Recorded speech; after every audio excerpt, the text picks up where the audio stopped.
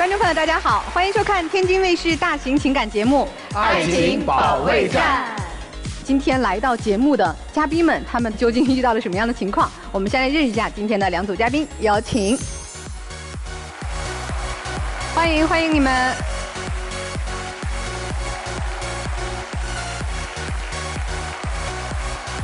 首先要疗愈的是本期第一对情感嘉宾，裘先生，39岁，来自黑龙江乌农；苗女士，42岁，来自黑龙江乌农。他们究竟遇到了怎样的情感困惑？你现在的婚姻状态如何？一塌糊涂，满地鸡毛，就是天天总是吵。这家我也不要回去了。我们长期分居，自从老二出生以后，这个家他不管不问，现在有他和没他都一样。你最不满意对方什么缺点？嘴碎磨叽，没事找事，没有担当。他太小心眼儿，不负责，不爷们儿，不拿我们娘仨当亲人。你今天来的诉求是什么？我要求他来市里和我们娘仨一起生活，否则这个日子就没必要这么耗着了。城里的家也是家，农村家也是家。我要求他就是偶尔回农村帮我照顾父母、照顾家。如果他不回农村的话，这婚姻不过也罢。你们现在是分居状况是吗？对，现在属于是分居。结婚多少年了？结婚18、19年了。分居了多久？为什么分开啊？分居了将近5年吧。我家老大吧，从小是我父母带着，完了在市里陪读。我和他在农村的种地，再加上做个小买卖。要了老二之后呢，我农村地里活也干不了，所以呢，我俩研究他让我上市里陪着老大，再加上带着老二，就这么的。我在市里了，他在农村，但是我俩感情是一直都挺好的。就将近4年前吧，我婆婆完了之后出现了一次意外，我俩就是大吵了一架。因为吵架嘛，所以呢，我俩就办了离婚证。你俩现在其实是离婚的状态。我俩已经把证给领回来了。又复婚了啊？对。那当初什么事情就严重到非得办这离婚证啊？是因为他母亲出了一次意外，出了一次车祸，他为了他母亲，他把责任呢推到了我身上。完了之后呢？不跟你有啥关系啊？是没关系，但是后期的事是怎么回事呢？我母亲住院了，需要照顾，我有2个妹妹，他们相互照顾，她不去，因为孩子小。完后期吧也不用她照顾了，就是家里需要她做饭啥的，就是农忙嘛，在家养牛。完结果她还不回来。所以因为这事吵起来了。在那个时候，虽然说办了离婚证，完了之后我们妥协了。我要回到农村呢，又照顾他们，照顾了1个多月。但是市里呢，因为我家老大，我父母呢年纪大了，我们也分开了，父母也没法照顾我家老大了。就那样，我又回到城市照顾我大姑娘，陪着我老姑娘。刚开始的时候吧，他还给我们抚养费，但是没拿那么多。中间呢1、2年呢，他这抚养费呢，他就陆续他就不给我拿了。到什么时候呢？我俩复婚的呢？就是说的在头些日子吧，因为我大姑娘马上高3了，开了一次家长会，老师就这么说的，就是家里不管说有什么争吵，夫妻有什么矛盾，千万不要影响孩子，因为我俩办的离婚手续，孩子知道，再加上我俩这日子还过得还行，挺好的。完了之后呢，我俩就把这个证给领回来了。没想到把这个证给领回来的时候呢，他就是来市里了，看我们娘3个。在当天来的那天晚上，我大女儿10点多钟放学回来的时候呢，就是说门上贴了一张那个纸条，欠水费的纸条。我女儿说她妈妈欠水费了20多块钱，我就把那个水费条呢我给她了，我说你把这个水费交了。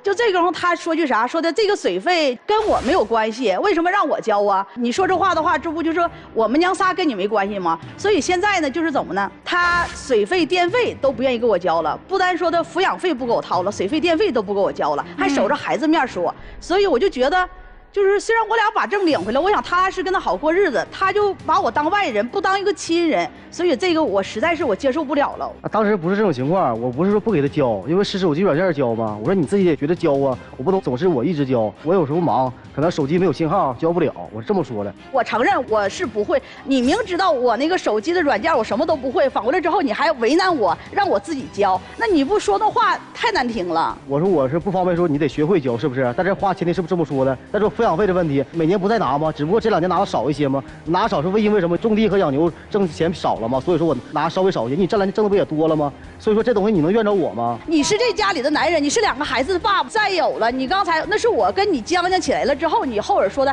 啊，你得学会这软件，你不这么说的吗？但之前你不是这么说的呀。之前你说的这个水费我凭什么给你交？我为什么给你交？你不这么说的吗？这个事儿吧，哈，其实是个小事，20多块钱。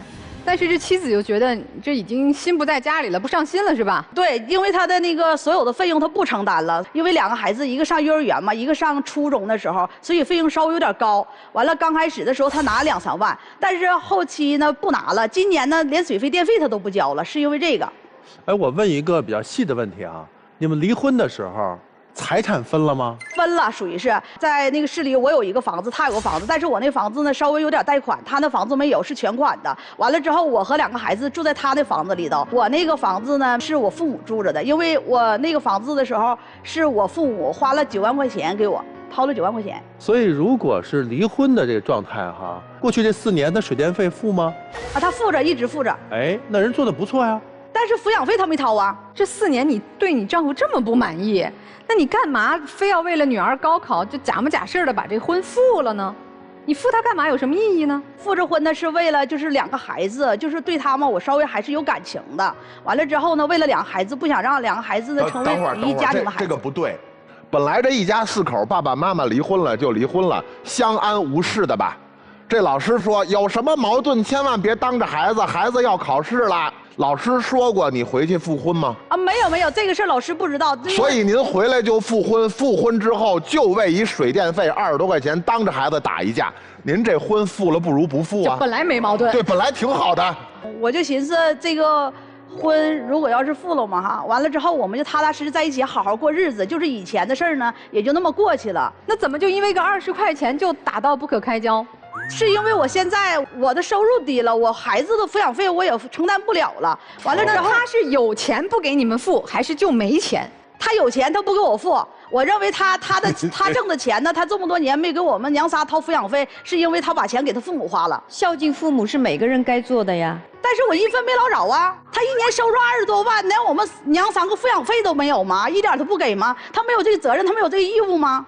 钱呢？都给他，这给的只不过是少一些了。他就是认为我不给他，我父母这块基本上我都不给他们花钱，他们都给我倒。等一下，你给我拿多少啊？你光说给我拿2、3万算拿吗？我2楼我有个房贷，一个月交个1000多、1300多，将近1400。我还有养老保险，养老保险1200多，将近1300，再加上老大一个月最低得7、8千，老二还得3000。你算算，我不吃不喝吗？这一个月下来1万多块，你这正常，你这点钱你能够吗？那每年我不都给你拿个少说的也得4、5万吧？我们那时候还有哪块还有点地，完了之后1年还包出2、3万，那2、3万就定做还房贷了。你给我拿啥了？稍等啊，我听明白了，这妻子啊离婚4年，其实她没当离婚。注意，你该给我拿的钱，第一个，我那房子一个月有1000多块钱房贷，那不是您的房吗？离婚之后跟那有什么关系？你应该给我拿。第二个啊，我的养老保险你不给我拿行吗？注意，这是前妻的养老保险，前妻是个成年人。就是您刚才理所应当的提这些要求的时候，我就判断一个，您压根儿没以为这离婚是个事儿啊。对，我就你看，因为我们之后和好了。你觉得是离婚了，我觉得这离婚不离婚，你都该给我拿。所以女士，咱们先明确一个事实，好不好？我再跟您确认2个问题啊。第一个问题，离婚的时候这家里的财产分了吗？啊，没分，钱都归他了。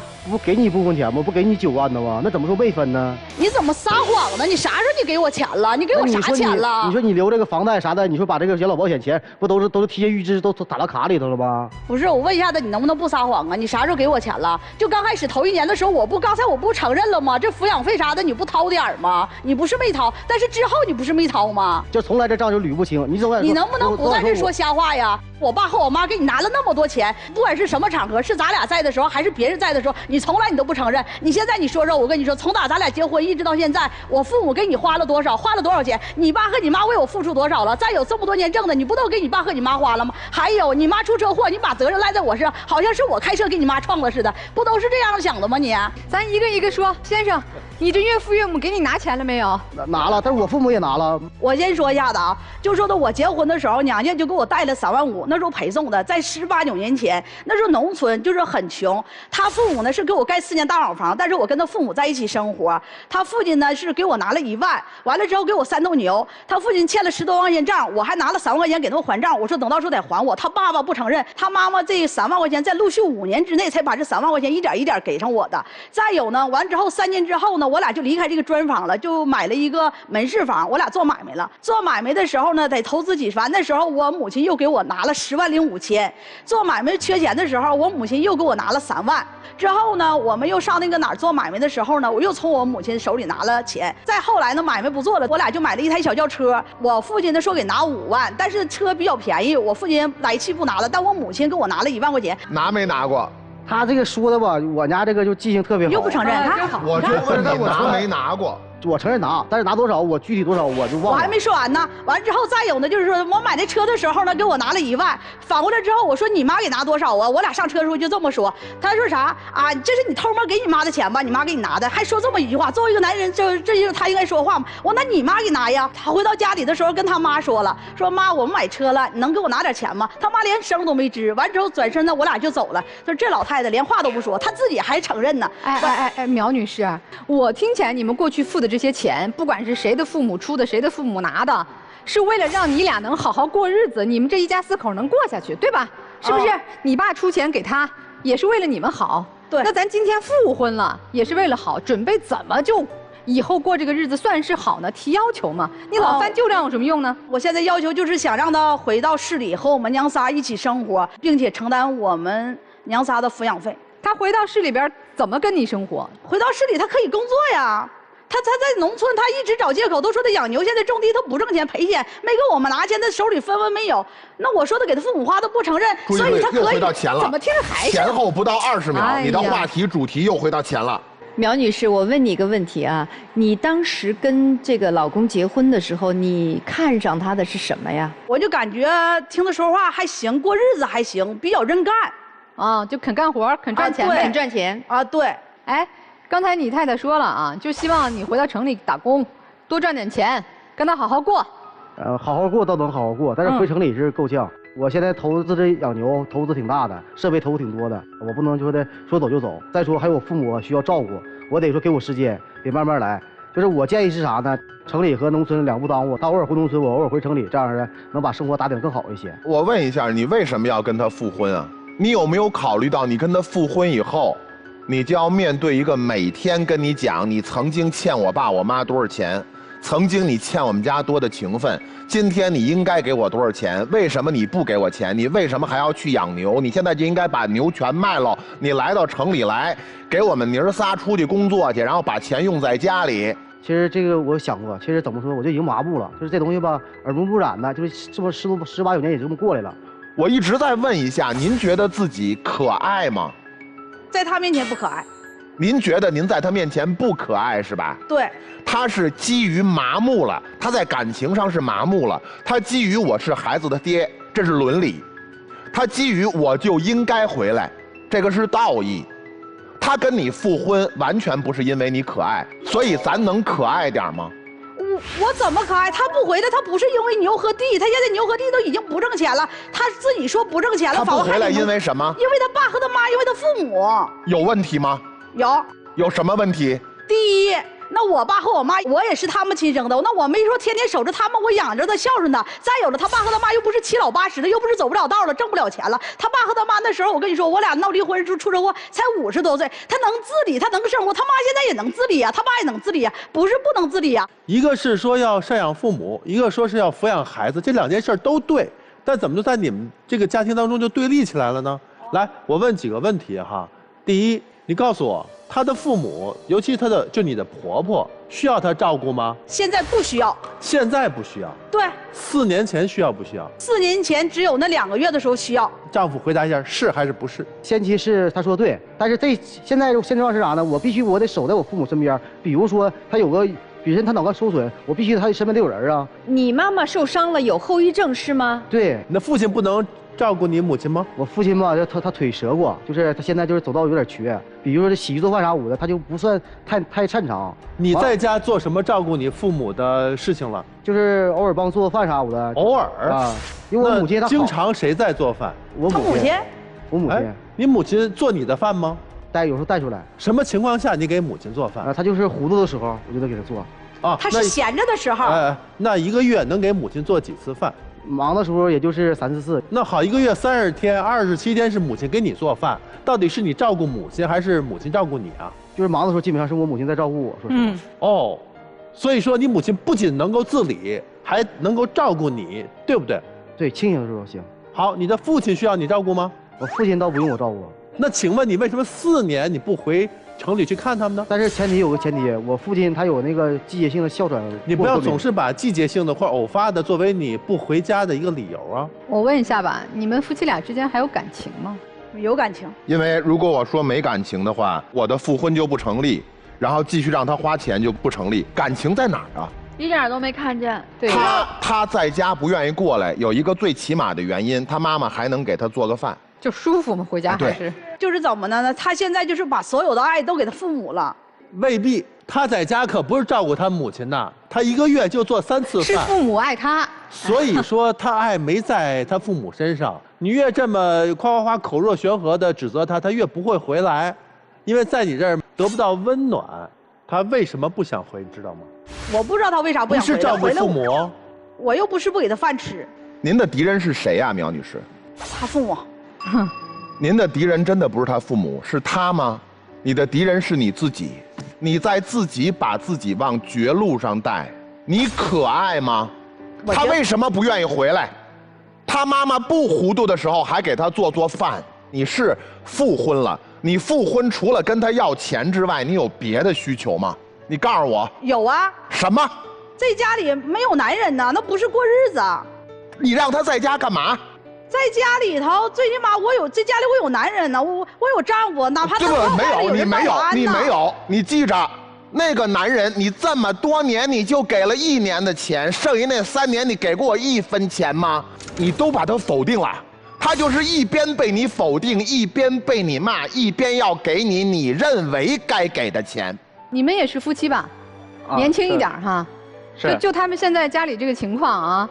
你们觉得这个男士应该到城里跟他一起生活吗？还是女方应该回到农村和自己丈夫一起生活？我觉得大哥也没办法，就是父母那个啥了嘛。就是大姐这边的话，我觉得咋就没办法？他家父母都能自理啊，还能给全家做饭呢。大哥的这边父母不是有那个后遗症嘛，留下了。就你是支持大哥的，你就在农村待着是吧？对。就如果你是大哥。你们也会是这个样子，两地分居是吗？对，这个大哥跟我老公一样的，全部都是向着他父母。如果说我跟他一起回去了，也会是变成这个样子。然后我就是觉得大姐一个人过得还是比较好一些，维持现状是吗？对。啊，咱一听听老师们有什么建议啊？太惨烈了，怎么会这样子？姐，你太不招人待见了，真的。你第一次既然赌气跟他离婚了，后来你就不要再去跟他若无其事的和好。你要知道，你做的每一个决定都是有代价的，你要付出代价，对方也要付出代价。一定是你过得很不开心了，很不快乐了，很不爽了，你才会想跟他离婚。你并没有给他设置任何的门槛，结婚离婚对你来说，我感觉好像儿戏一样，这个是很可怕的一件事情。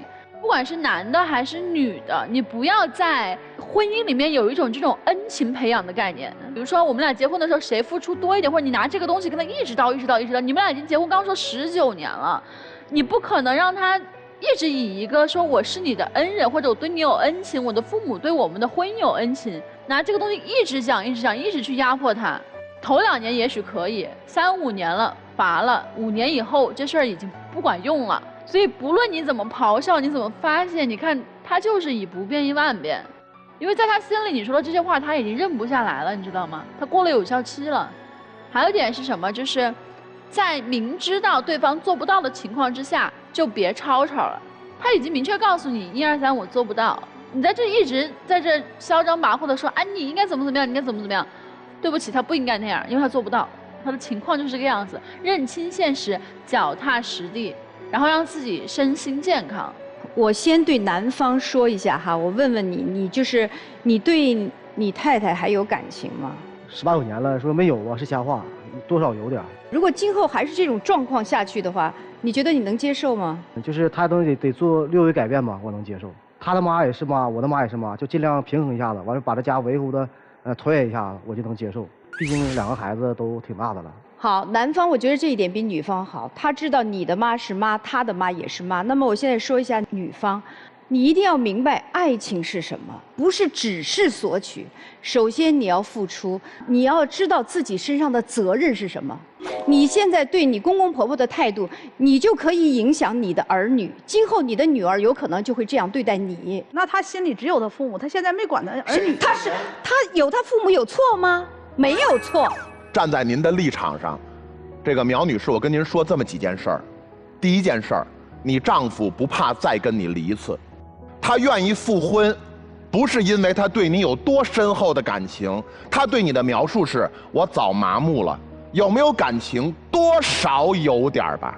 他现在跟你复婚，是因为他觉得应该的，我得管我的俩女儿，但是呢，请你不要干扰我现在的生活状态。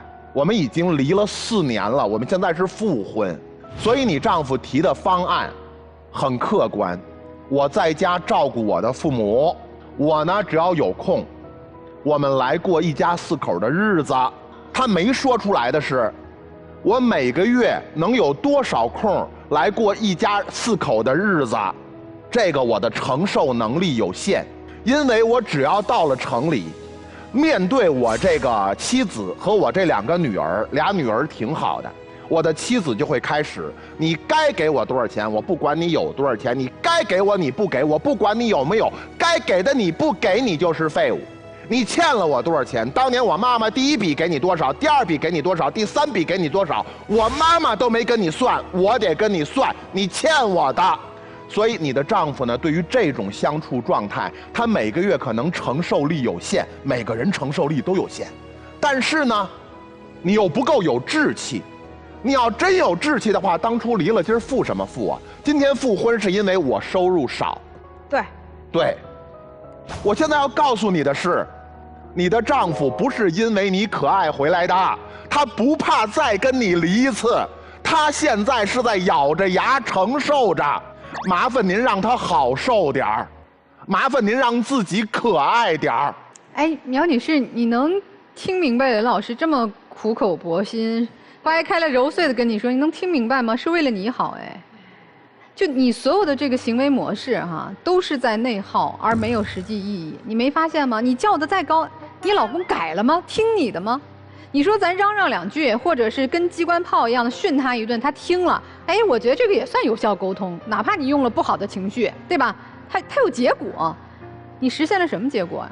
什么结果都没有。对呀，那你既然你想好了一个生活的模式，你认为是合理的，当然刚才老师们也都说了，该孝顺的时候孝顺，该照顾子女的时候照顾子女，这是需要平衡的。那在这个前提之下，我们想要的人生是什么样的？一家4口在一起，我觉得这个没毛病。这个阶段孩子们上学适合在城市里，那我们就2头兼顾。未来你说孩子们都上学了，老人身体不好，咱再回农村，我觉得这都是可以商量的。但是你想清楚了你的人生要什么样的模式，你得用真的是能达到目的的方法去做事儿啊！你现在达到啥目的了？我看你这一生挺失败的，你想过自己去调整吗？想过。对呀，我得了一身病，得了一身怨气。对啊，你除了怨气，你没有志气，没有骨气，没有傲气。我如果是你，特别简单。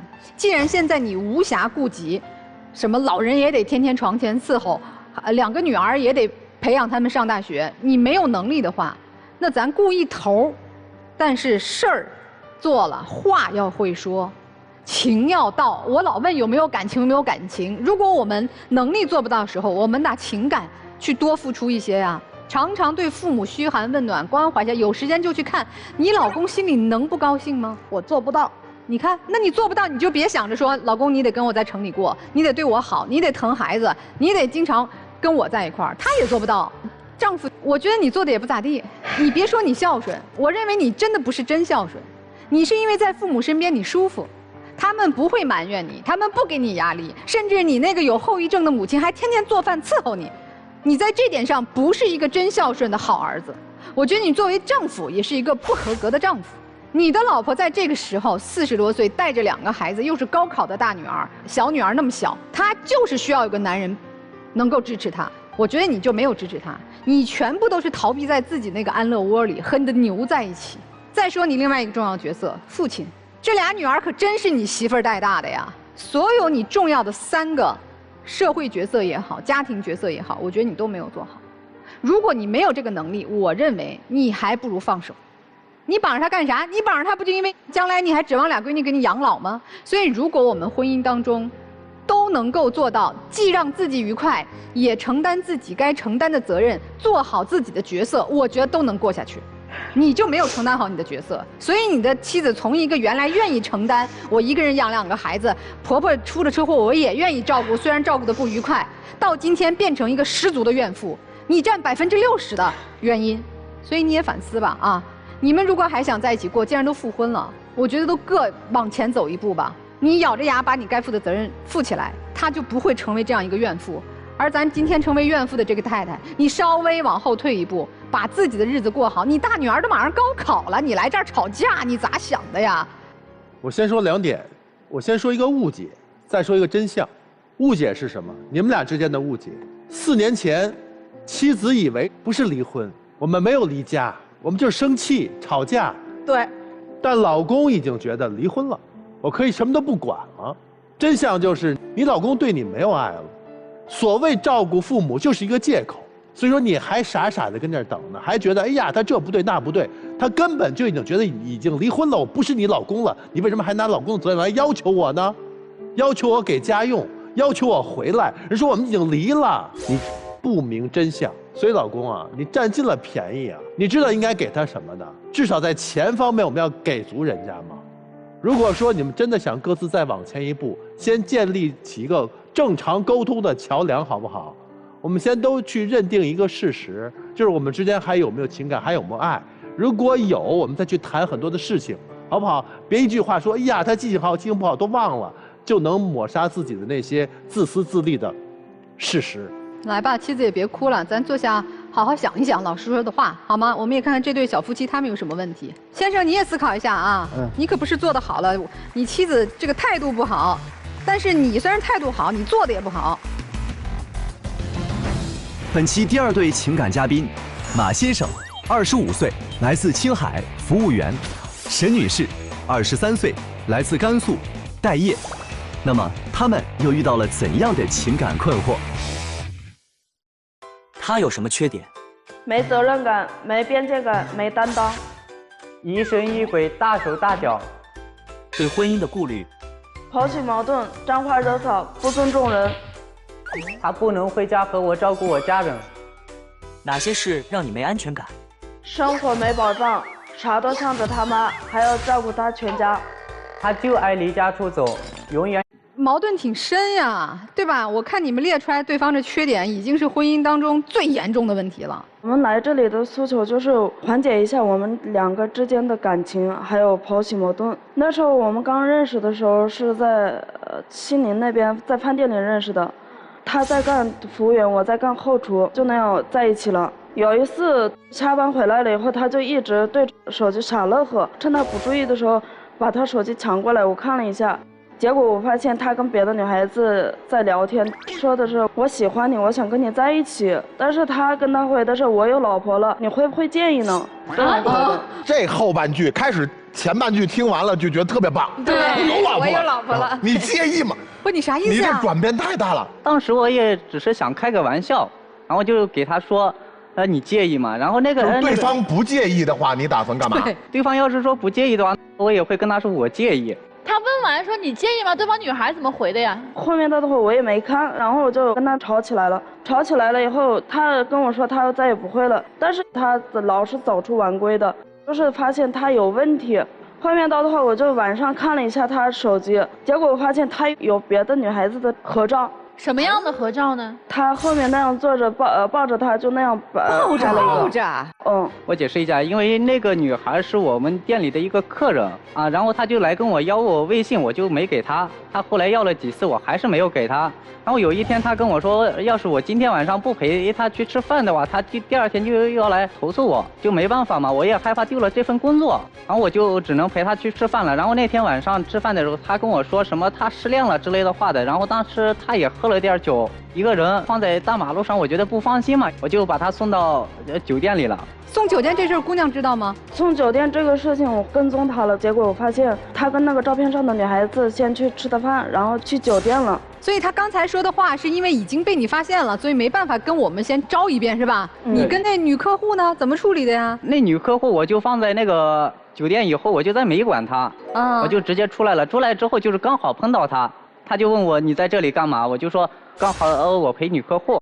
你是把她送到了大堂，还是送进了房间？我是先给她开了房嘛，开了房以后我就让工作人员把她送上去的，我自己就没上去。哎，那你抱着她的照片是怎么回事啊？那个照片是她那天晚上非跟我说要跟我拍一张照片。你是耽误我们都傻吗？简直满嘴胡说八道，真的，满嘴一开跑火车始上来就不诚实。没事，先记着，你再说。然后后面我发现我怀孕了，然后他直接给我来了一句打掉吧。后面到头我说我不想打掉，他说的现在的工作没什么稳定的，年龄也小，就是找借口。然后我就是一直强硬着，我就是没打掉。哦，那生下来之后呢？回到他家里去了，他妈妈照顾我月子。起初这月子里还是挺好的，我感觉。婆婆可能还是觉得大孙子抱回来了啊，还这1个月月子里是不错的。对，出了月子以后，然后我婆婆就让我干农活，家里活那些全部让我一个人干。然后有一次我就跟她说，我不想干农活，太累了，我想去打工。然后她有点生气了，她跟我说，你一个二婚女，你有什么资格在这里跟我提要求？为什么是成二婚的话，是因为我没认识他之前遇到一个男孩子，也是办了酒席的。我们那边办了酒席的话，也算是结婚了。这件事儿你跟你现在的这个老公以前说过对吧？对，但是没有跟婆婆家说是吗？对，没有说。所以你俩吵架把这话秃噜出来了，让婆婆听着了。对。隔天我婆婆就给我找茬说，你做的饭怎么那么不好吃？然后我就回了一句，我怎么做的不好吃了？我之前做的也就是这个样子。然后她就跟我说，你一个二婚女，你在这里跟我顶什么嘴啊？就自打婆婆听你俩吵架，发现知道了你是二婚之后，对，就鼻子不是鼻子，眼不睛不是眼睛了。有一次就是我收拾房子，我全部收拾干净了，结果我婆婆就冲进来说，你怎么还没把地扫干净？我说我已经扫干净了。她跟我说，你一个二婚女怎么连房子都不收拾不干净呢？我就是因为为了孩子去考虑，然后我就什么话都没说。她下班回来了以后，我就跟她说了这件事情，然后她去跟我婆婆去说了。那所以每次你跟婆婆有冲突的时候，其实你老公还是会跟你婆婆说两句。扫地这件事，然后我去问我妈了，我妈给我说的是，那还不是因为她没有洗我弟弟妹妹的衣服。怎么没洗呢？我那时候是不知道，那时候我婆婆没拿出来，然后我就没洗。然后我就去跟我妈说了，要洗的话，这个衣服你自己洗。你要是不洗的话，你就放到让她明天来洗。我妈说可以，那就放到明天让她来洗。那我凭什么老是的去洗你弟弟妹妹的衣服呢？我们那边女方结婚过来的话，就是帮我弟弟妹妹洗一个衣服，我觉得很正常，不过分。还有一次就是我们俩在一起看电视，我公公就是来我们那个房子里跟我们说，让我们出去找工作，我就说可以。然后我公公就说了一句，工作都要交给他来管，不要交给我来管。如果说交给你来管的话，你带着这些钱跑了怎么办？除了干活也没有财政权，自己手里还没钱是吧？对，我那时候想买个头巾，然后我就是跟我婆婆一起去逛街了，跟她说了这个头巾挺漂亮的，我婆婆就说了一句，你一个二婚女，你有什么好打扮？这怎么变口头禅了？我真受不了了！你这婆婆怎么什么事儿都因为你二婚说事儿啊？就是口头禅，她那。会不会她说这二婚女你不配买一头巾，是这意思吗？对。这换成谁也受不了，是不是？然后我就一气之下，我就直接到兰州那边去了。那个时候我还在工作嘛，我爸跟我说，哎，你媳妇儿跑了，你回来一趟，咱们商量一下，你这儿子该怎么办？你这孩子我也不知道怎么弄啊，说。然后我当时就回去了，我回去了以后我就给我妈问，妈，你帮我带一下这个孩子吧。然后我妈给我说的是，哎，你这个孩子我不带，是你自己的孩子，我凭什么要帮你带孩子？这说的也没错。我妈说完之后，我就觉得，我还是去把亲妈找回来带还是比较好的。然后我就去了兰州找她了嘛。跟她见面了以后，在兰州打工了快要1个月的时候，她生病了。白天我照顾她，晚上我还要去上班。有一次我就是坚持不住了，然后我就跟她说，今天休息1晚上，我不去上班了，因为我太累了。她就不同意，说我会把工作给弄丢了。她不是来找你回家带孩子吗？她后来就是没同意，她跟我说，我跟你在外面打工可以，我现在就是不想回家带孩子了。就等于其实你去找老婆回家陪孩子，结果你也被她说服了，两人一起留在兰州，准备打工赚钱，过这种生活了，就孩子留守儿童了呗，爷爷奶奶看着，是这样吧？对，是的。那这种日子后来呢？隔天我就跟他说：“你赶紧去上班吧，你不去上班，把压力都丢到我一个人的肩上的话，我受不了。”然后他去找个工作的话，他反而把仅剩下的600块钱给花掉了。那我当时也是为了替你着想，我想的是，我去买个彩票，如果是中一点的话，还能维持一下呢。然后后面到的话，我就得跟他吵完架了以后，我一气之下，我就是直接来湖南这边了。然后我就是把聊天方式啊全部就给他删除了，我就是再也不想去联系他了。那时候就不跟他过了，对，也不管孩子了。那时候就是也是那么想的。给生活费吗？就没给过。看过吗？看过一回，然后就没看过。那你这去湖南多长时间了？去了2年。你呢？你在哪儿啊？我还是在兰州那边，我就是时不时的回家看一下孩子。如果说孩子生病的话，我也就回家照顾一下。你在兰州那边干嘛？打工。哎，我老婆在的时候我不打工，我买彩票玩。我老婆去湖南了，我在兰州，我能打工。你俩玩过家家呢，我的天啊！然后呢，小伙子？然后我就有一天，我就在某一个平台上刷到他了，然后我就给他发了私信的。他先是不想跟我见面的。然后给我说你改了没？我肯定改呀。然后他跟我说的是，那改的话你要拿什么保障呢？然后我就给他说，那我给你写一个保证书行不行？写了一个保证书是吧？啊，有保证书是吧？对，带来了是吗？来，我们看一下。就这么一句话。我保证以后再也不强迫你回家。父母没生病的话，咱们就一直在外面打工。他那时候跟我说的是，他现在就是不想回家，偶尔回家看看孩子可以，但是就是一直不想在我家待着。我说可以，那我就写一个这样的保证书嘛。这个保证书你觉得还可以？还可以，所以还可以的前提是这保证书连那孩子一句话都没提，就是你们俩一直在外头打工的意思，就是一直不管自家娃。是管，但是就是一直不回家嘛。对，一直不回家。但是那孩子怎么办？孩子的话就是我爸妈管，我就是每个月给我爸妈抚养费。给多少钱？1个月就2000，在我们那边老家就2000的话就差不多了。哎，我以为他这保证书，保证的是我过去那些毛病都改。对，我不跟什么女生发微信，什么抱着拍照片我对你要好，我对咱孩子好。他保证了一个，不要求你回老家。彰化惹草那天也是给我发信息说过了，我说他再也不会做内线了，让我放心的跟他过日子。说着呢，那都做到了吗？做到了。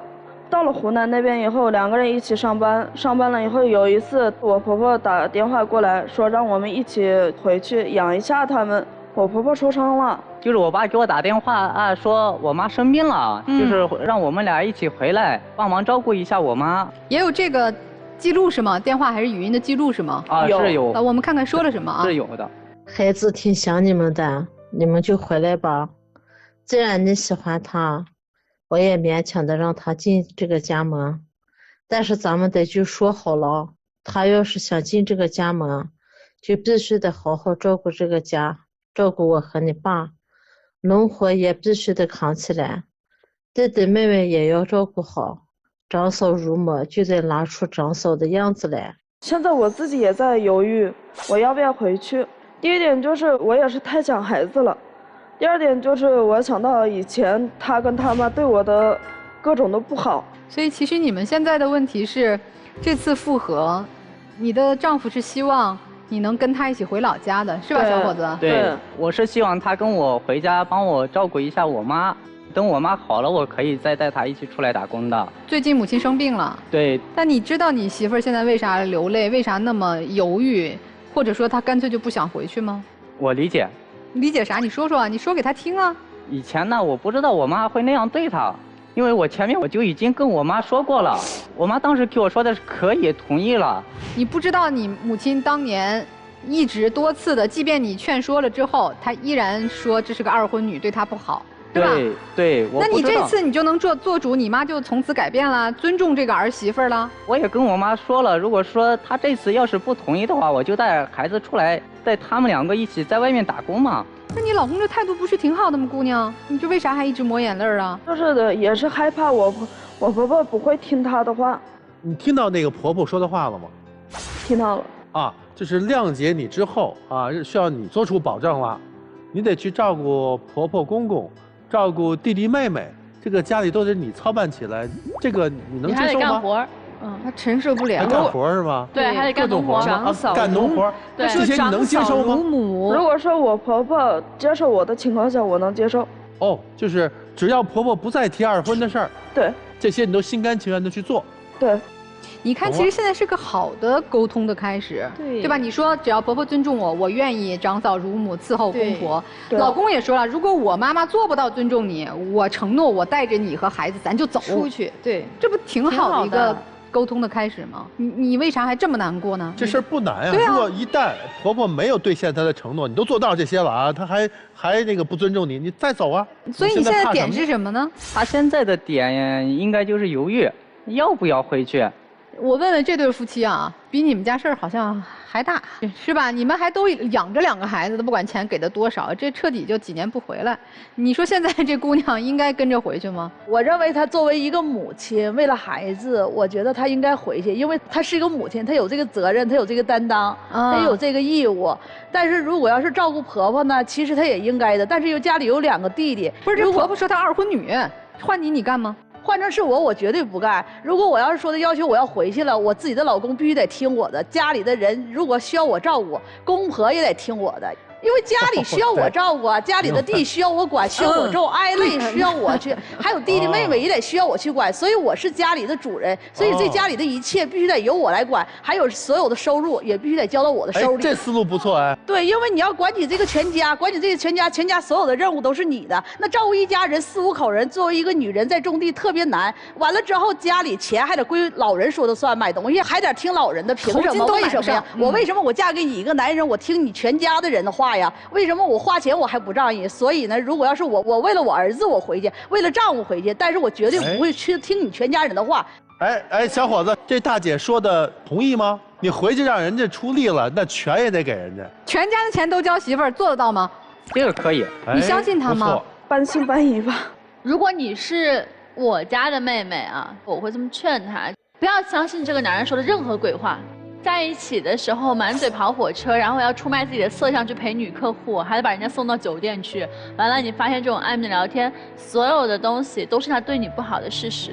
那你第一次去了他们家，你所有的他整个家庭环境对你的一些身心上的一些迫害，也是不争的事实。你不要去一地的碎玻璃渣里面找糖吃，你会硌着手的。但是有一点就是你自己的孩子，你一定要做一个称职有责任的母亲。我整场听下来，觉得你是一个完全没有责任心的恋爱脑。你过往的所有的付出的代价，咱们就算了，因为是你自己选的。你选了这么个人，你选了一个他这样的家庭。你刚刚也听到了他妈妈的那一段话，下面你老公毫不犹豫地说：“我知道了，好，妈，感叹号。”他没有任何的为你争取，现在就是想要把你哄回去，继续当你的免费劳动力。如果我是你的姐姐，或者是我自己的孩子，不可能再让你回去受这份罪的。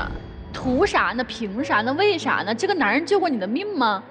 这你能不能稍微自尊自爱一点，宝贝儿？知道。还有一点就是，你一定要知道自己的人生最想要的是什么。你一开始最想要爱情，他不是，绝不是良人。后来你想要孩子，完了现在后来孩子你也不要了，你到底想要啥呀？我告诉你，你想要什么？从现在开始，你要一个独立体面的人生。你首先要做好你自己生而为人的责任，你自己的社会价值。我才25岁，未来我的世界里就只有干农活、照顾弟弟妹妹、侍奉公公婆婆，然后你所有的努力到最后，他们家的耻就是他妈的一句话。而且你要想，就是你永远是他们家那个外来媳妇儿，你怎么样你都改变不了你2婚的事实。别回去了啊，听我的。我是认为你可以回去感受一下这样的生活。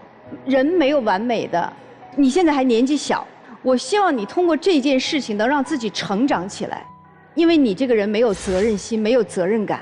我希望你能回去感受一下你各种各样的责任，包括对你公婆的，包括对你孩子的，包括作为老婆的责任。我希望你能感受一下这个，通过这个事情能让自己成熟。如果说你当时觉得你实在受不了，你可以把这个家很好的安排一下，你再带着孩子和老公出来都 OK 的。但但是我希望你能回去感受一下，这种责任是你这2年、这几年你丢失的。我希望你通过这个事能让自己成熟，也祝你们幸福。从头到尾听来，我都觉得，就内心我是很痛的哈。就是2个年轻人这么年轻，然后对自己、对孩子、对父母、对生命毫无敬畏之心，毫无责任而言。一个年轻的母亲怎么能因为跟婆婆怄气，就不要孩子，看也不看一眼，问也不问一句？我都觉得你们俩不是说咱夫妻感情怎么样，爱情要不要继续，日子要不要该怎么过，是先问问内心，我们怎么看待生命和人生。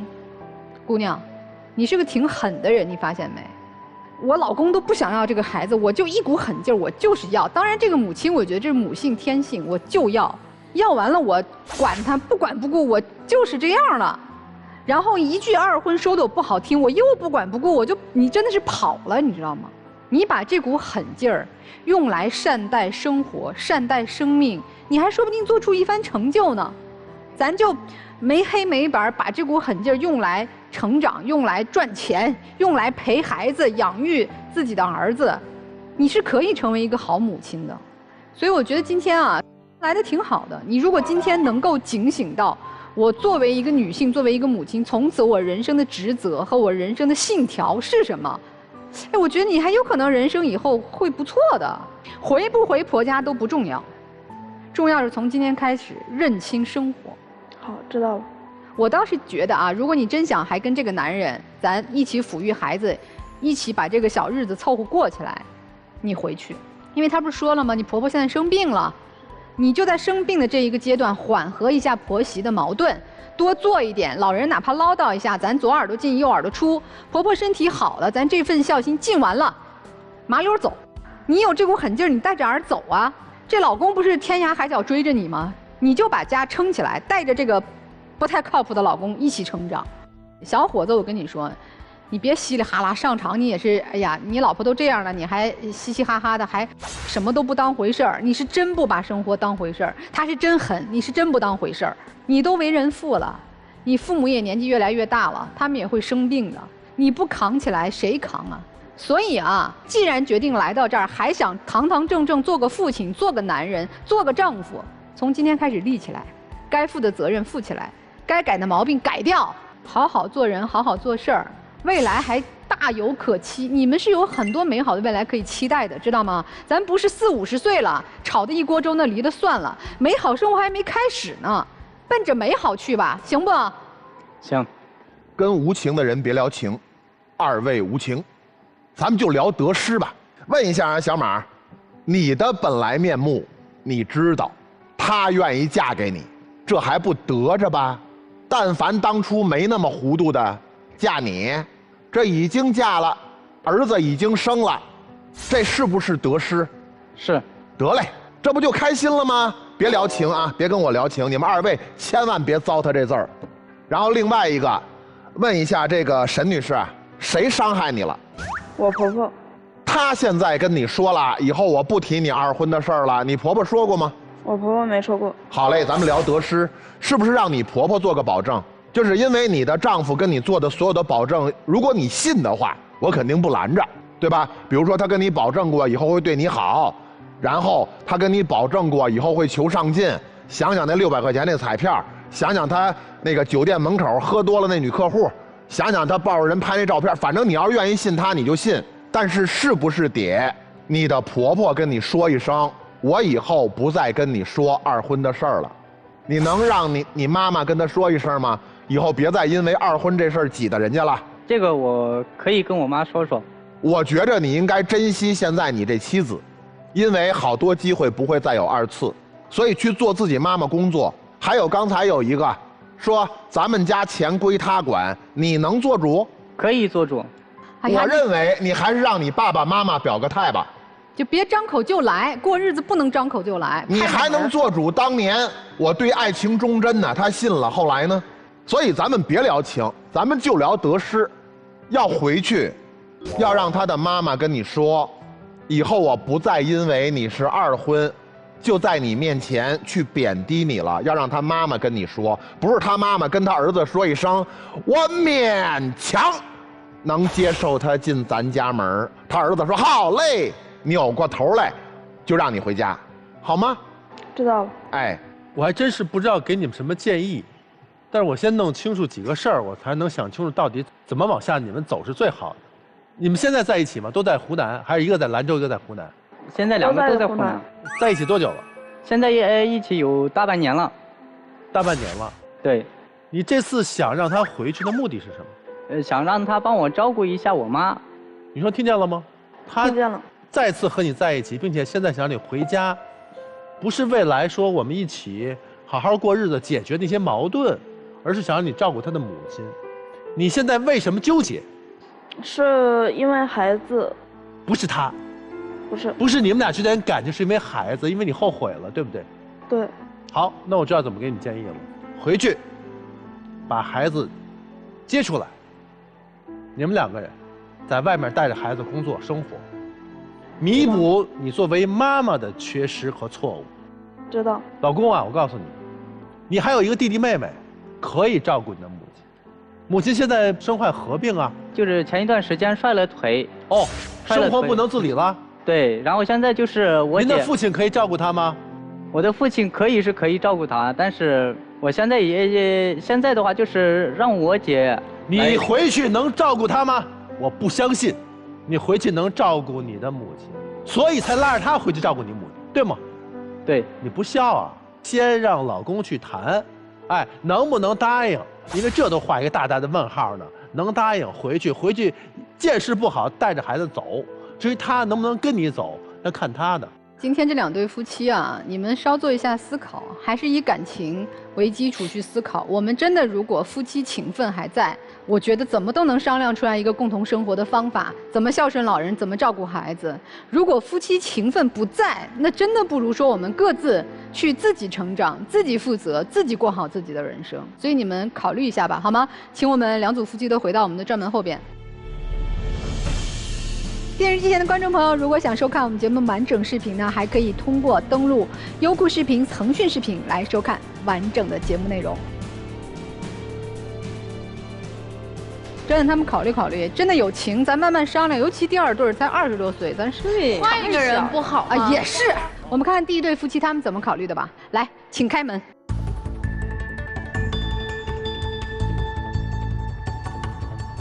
啊？没有。跟我想的一样，就听完第2对小夫妻的生活更不愿意过了。他们不是我的理解是一个坚决不服软，我该怎么样怎么样，另外一个实在受不住了。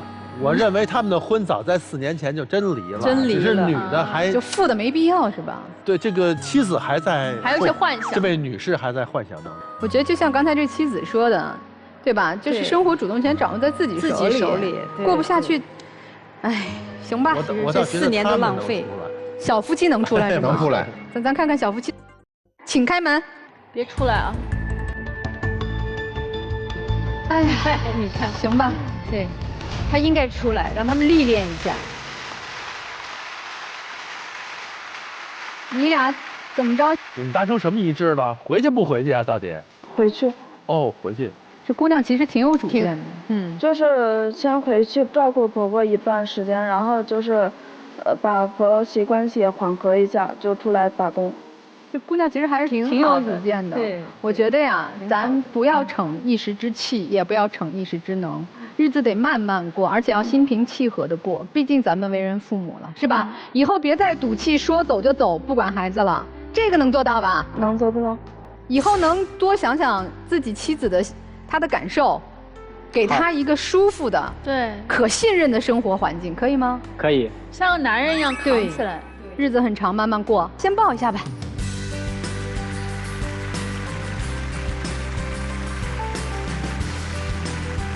加油吧，小夫妻一起成长啊！回去好好带孩子。再见。好，拜拜，拜拜，拜拜。